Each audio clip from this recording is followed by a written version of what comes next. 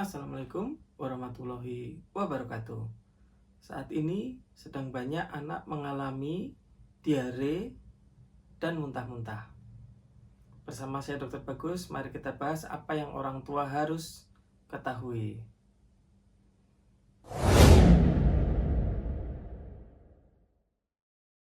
Yang pertama, yang paling penting adalah orang tua harus tahu tanda-tanda anak kekurangan cairan atau dehidrasi.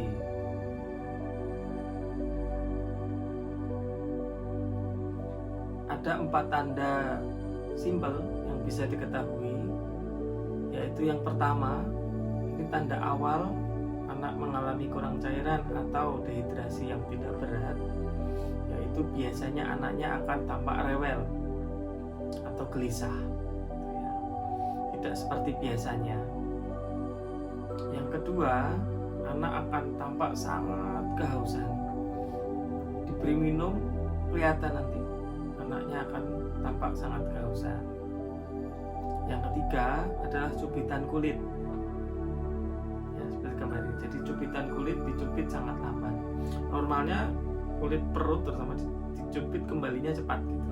Tapi kalau kembalinya lambat seperti keriput, hati-hati, itu bisa jadi tanda awal kurang cairan atau dehidrasi. Yang keempat adalah mata terlihat cekung. Biasanya orang tua akan menyadari matanya tidak seperti biasanya gitu ya, cekung ke dalam.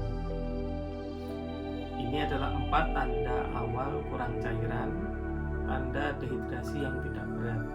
Bila kita temukan 2 dari 4 saja, itu berarti anak kita dalam keadaan kurang cairan atau dehidrasi.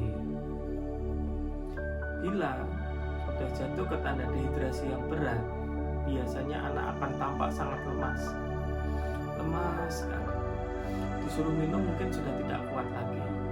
Cubitan kulit sangat lambat dan mata sangat cekung.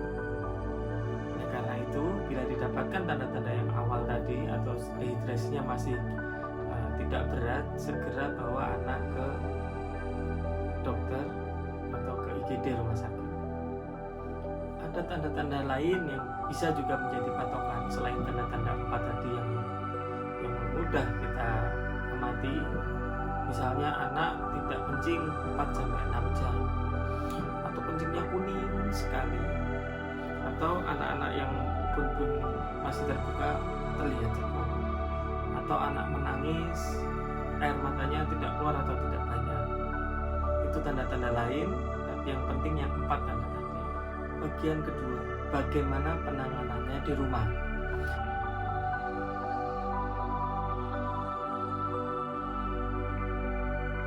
Pada bayi yang masih muda atau bayi yang masih kecil, tentunya ASI adalah sumber cairan yang paling baik, sehingga susui anak Anda lebih sering dan lebih lama dari biasanya.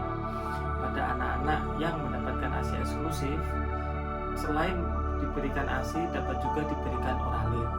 Kadang ditanya gimana status ASI eksklusifnya. Bila sudah diberi Oralit, tentu statusnya masih ASI eksklusif karena itu termasuk bagian dari pengobatan.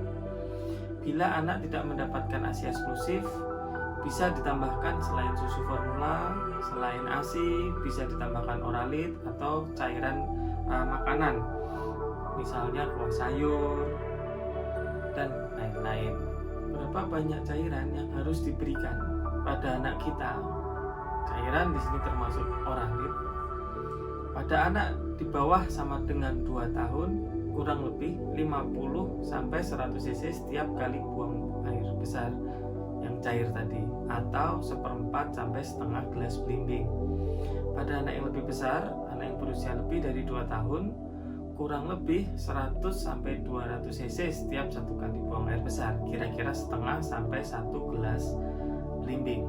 Ada tips untuk ibu-ibu. Yang pertama, berikan target penggantian cairan tadi atau rehidrasinya sedikit-sedikit tapi sering. Tidak harus setelah kita tahu targetnya 50 cc diberikan 50 cc sekaligus. Tidak perlu seperti itu. Bisa dengan sedikit-sedikit tapi sering sampai kira-kira targetnya yang kita inginkan untuk mengganti cairan terpenuhi. Bila anak muntah, dapat diulang atau pemberian rehidrasinya ditunda kurang lebih 10-15 menit baru diberikan lagi. Lakukan penggantian cairan ini sampai diare atau muntahnya teratasi.